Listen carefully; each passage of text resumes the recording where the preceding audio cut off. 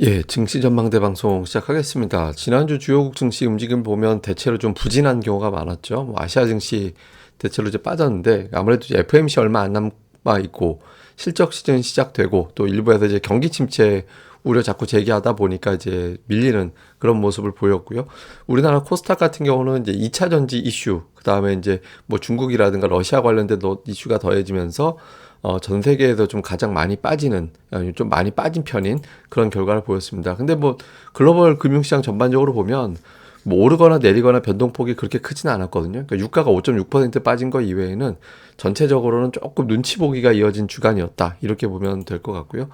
뭐 이슈를 좀 살펴놓고 보면 미국 기업들 실적 현재 이 76%가 예상치 상회하고 있거든요. 근데 분위기는 뭐 상회에서 좋다 이런 건 아니죠. 왜냐면 매출은 증가됐는데 이익은 걱정했던 것보다 덜 나빠졌다라는 거지 이익이 확 좋아졌다 이 정도는 아니거든요. 그래서 뭐 그냥 그저 그렇게 지나가고 있는 상황이고요. 그다음에 이제 테슬라가 이제 가격 인하 때문에 이익이 좀 감소될 것 같다. 뭐 이런 어떤 걱정이 되면서 테슬라가 빠지면서 실적 분위기를 좀 흐려서 그렇지 현재까지는 좀 무난하게 흘러가는 그런 모습이고요. 그러니까 미국의 경제 지표는 지난주 주택 관련, 고용 관련된 또 제조업 관련된 지표들이 일제히 좀 부진하게 나왔다가 주말에 이제 S&P 글로벌에서 발표하는 제조업, 그다음에 서비스업 PMI가 예상보다 높게 나와서 조금 이제 달래주긴 했는데 전체적으로는 미국의 경제 지표가 조금 부진하게 나오는 그런 경향이 있습니다. 그래서 경기 침체 걱정을 해야 되나? 뭐 이런 분위기가 살짝 나온 게 좀 특징이었죠. 그다음에 또 이슈를 보면 연준 의원들의 발언이 지난주에 사실 되게 많았거든요. 근데 별다른 영향은 없었죠. 그냥 원론적인 얘기만 했어요. 그러니까 아직 할 일이 남아있다. 그리고 금리 올려놓고 한동안 좀 지켜봐야겠다. 그리고 경기 침체는 뭐 이렇게 아직까지는 경기 침체 이야기할 단계는 아닌 것 같다. 이런 이야기가 좀 많이 있었거든요. 그래서 연준 의원들의 발언은 그다지 큰 영향을 주지 않았고 또 이번 주는 이제 블랙아웃. 그러니까 FMC 회의 앞두고서 연준 인사들 발언이 중지되는 그런 기간으로 접어들게 되잖아요. 그래서 이거는 이제 큰 변수가 되진 않았고요. 그리고 이제 중요한 건 이번 주부터 빅테크 실적 공개가 되거든요.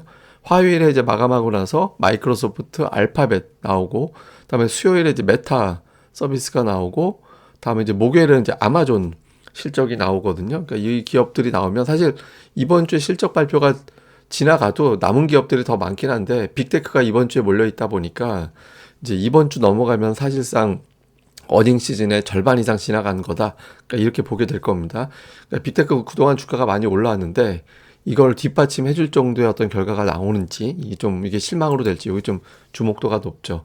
지난주 종목으로 보면 실적 발표 이후에 또 가격 인하 소식 때문에 테슬라가 되게 많이 빠졌고 뭐 그 외 종목들도 좀 많이 빠졌습니다. 근데 이제 플러스 난 게 JP 모건 금융주들 대형 금융주들 실적 좋았다고 올라간 게 있고 이 맥도날드가 되게 독특해요. 1.1%밖에 안 올라갔는데 맥도날드 차트거든요. 그러니까 급등한 건 아닌데 계속 올라가잖아요.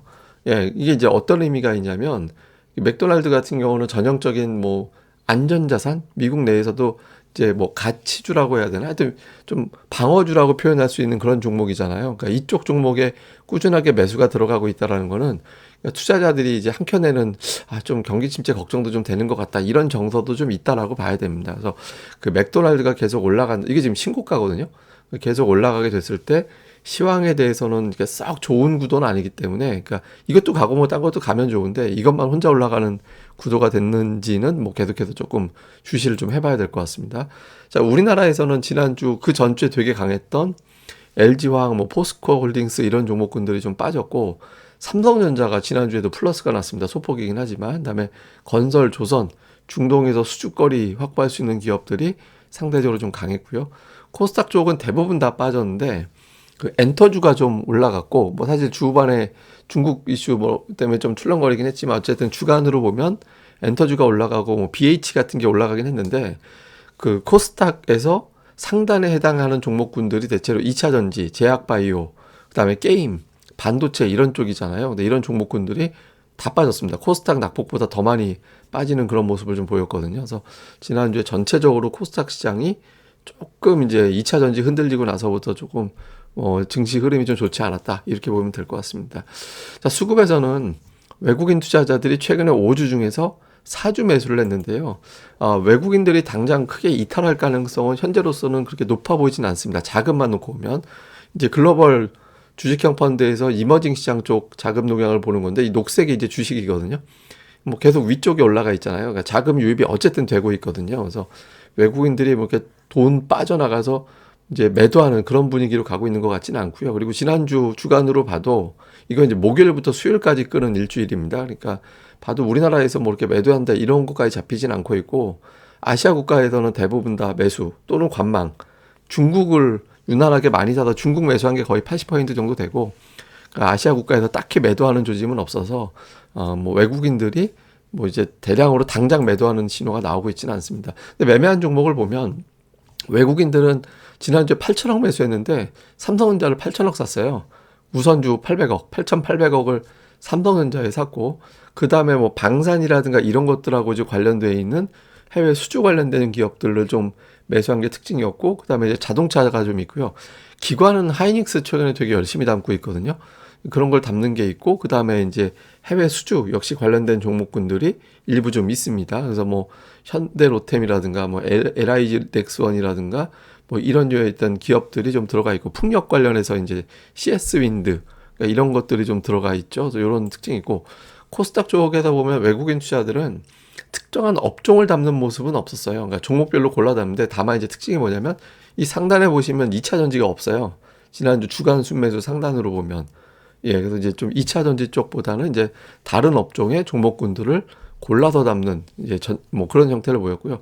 기관은 이제 LNF, 이제 엔캠 이런 것들을 2차 전지 내에서 골라 담는 정도였던 흐름이 나왔고 그 외에는 역시 외국인들과 마찬가지로 업종을 담는다라는 느낌보다 이제 골라서 종목을 좀 골라 담는다. 그러니까 이런 형태를 좀 보여서 전체적으로는 조금 신중하면서 종목 장세, 그러니까 업종 장세라기보다는 좀 종목 장세 형태로 넘어가는 이게 그 ADR이 조금 높아서 그래요. 그러니까 높을 때는 전체 종목이 때로 움직이기가 쉽지 않아서 그러니까 이런 형태를 보이는 것이 좀 특징입니다. 자, 차트를 보면 코스피는 되게 중요한 자리입니다. 그러니까 지금 200주선은 넘어가 있는데 작년도 8월에 200주선 넘어갔다가 그 다음 주에 음봉 나오고 결국엔 지지됐지만 그 다음 주에 이제 좀 깨지는 형태를 보였었거든요. 그러니까 그 다음부터는 아예 그냥 내려가 버렸잖아요. 사실 이제 그때하고 좀 느낌이 비슷해 보이기도 하죠. 이때하고 요걸 이번에 이제 극복을 해야 돼요. 그래서 이번 주에 이제 200주선이 지지가 되면서 이제 그 위로 올라갈 수 있는 흐름을 좀 만들어 주는 이제 코스피만 놓고 보면 이게 되게 중요한 어떤 기로점이고요. 그 다음에 이제 환율도 되게 중요합니다. 환율이 이게 역시 또 200주선에서 막히는 모습이 거듭이 됐었는데 이게 이제 1328원, 1328원, 아니, 201선입니다. 참. 1328원에서 이걸 갖다가 이제 1320원을 제가 항상 중요한 어떤 구간이라고 말씀을 드리잖아요. 계속 맞고 떨어지는 형태를 3월 부터 이제 보여왔었는데 이게 이제 1350원으로 향하게 되면 지수가 50에서 100포인트 정도 더 빠질 수도 있거든요. 그래서 환율 이쯤에서 고점이 나오느냐. 그 다음에 이제 에코프로가 지난주 이제 하락이 나왔잖아요. 1월 셋째 주 이후에 처음으로 주간으로 하락한 거거든요. 이게 이제 한 사이클이 끝난 거냐. 여기서부터 완전히 80만 원대를 갔던 종목이 앞에 5자를 보일 정도로 고점 대비 되게 많이 빠져 있는 상태거든요. 그래서 여기에 따라서 시나리오가 어떻게 되느냐. 다시 재상승, 다음에 이제 선수 교체, 아니면 코스닥 전체 붕괴 이 세 가지 시나리오가 있거든요. 그래서 대안주가 지금으로서는 빨리 뭐 셀트리온S가 됐던 반도체가 됐든 뭐가 좀 핑계 돼서 갈 수 있는 종목들이 나오는지가 되게 중요합니다. 그리고 현재 ADR은 제가 120 이상 조금 부담스러운 위치, 하락 종목이 늘어날 것 같다라고 말씀을 드렸잖아요. 그러니까 지난주 실제 그렇게 됐는데 충분하게 빠졌다라고 보기는 어렵습니다. 그래서 앞으로도 상승 종목이 압도적으로 많은 날이 연속적으로 나오기는 좀 쉽지 않은 당분간은 그런 측면도 있습니다. 자, 이후 이슈를 좀 보면 그러니까 앞서 말씀드린 대로 빅테크 실적 나오는데 실적이야 뭐 어떻게 나오든 간에 이제 시장에서 반응이 중요하잖아요. 그래서 반응 뭐 애플은 뭐 5월에 있으니까 이제 뭐 아마존이 됐든 마이크로소프트가 됐든 알파벳이 됐든 이런 종목들이 실적 발표 이후에 적어도 빠지지 않는 그런 흐름이 나오는 게 중요하고 그러니까 종목들은 제가 이제 경기 침체를 준비하는 장으로 갈 거냐 이거는 이제 맥도날드하고 경기 침체 국면에서는 마이크론 테크놀로지 같은 반도체주가 또 고전하게 되거든요.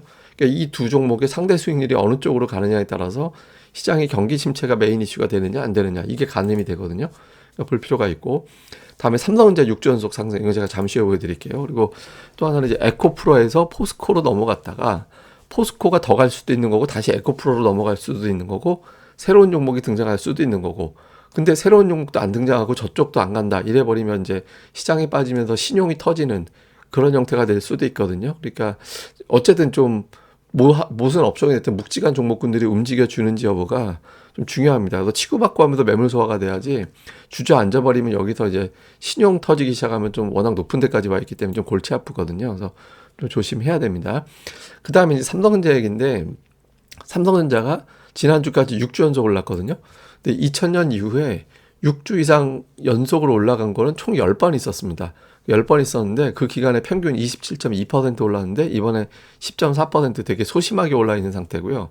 근데 이제 연속 상승 어쨌든 멈추게 돼 있잖아요. 최장 8주였는데 어쨌든 6주가 되게 흔하긴 했습니다. 상대적으로. 근데 이게 이제 그래도 2023년 동안 10번밖에 안 나왔으면 엄청나게 정말 귀한 자료잖아요. 근데 이게 이제 상승이 멈춘 다음에 그 다음에 또 4주 더 해가지고 그럼 1개월에 어떻게 됐는지 봤더니 7번 올라가고 2번은 빠졌습니다. 그러니까 이제 좀 쉬었다가 다시 더 올라가느냐, 그게 7번.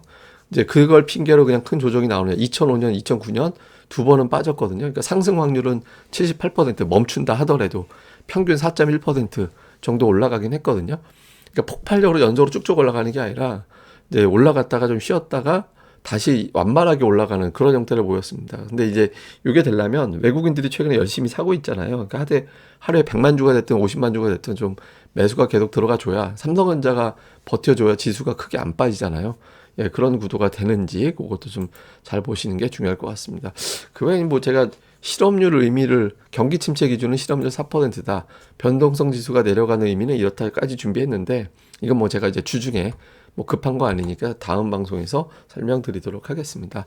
예, 그럼 또 이번 한 주 잘 보내시고요. 저는 또 다음 방송에서 뵙도록 하겠습니다. 그리고 고릴라 리서치로 오시면 제가 이제 올려드리는 데이터라든가 이런 것들은 해설 포함해서, 특히 여기 데이터, 증시 분석 데이터라는 게시판하고, 그 다음에 여기 보시면 오늘의 증시라는 게시판, 요 게시판에 주로 데이터나 이제 시황 브리핑 이런 것들을 정리해서 많이 올려드리니까 여기 많이 봐주시고요. 그리고 멤버십 분들은 여기 주식 강의실에 이제 엠마리님 기초 강좌가 이제 거의 1강이 끝났거든요. 1차 한 사이클이 끝났으니까 또 많이 봐주시면 될 것 같습니다.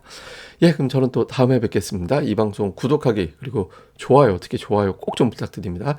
제 소원이 좋아요 1000개가 정말 소원입니다. 꼭 부탁드립니다. 감사합니다.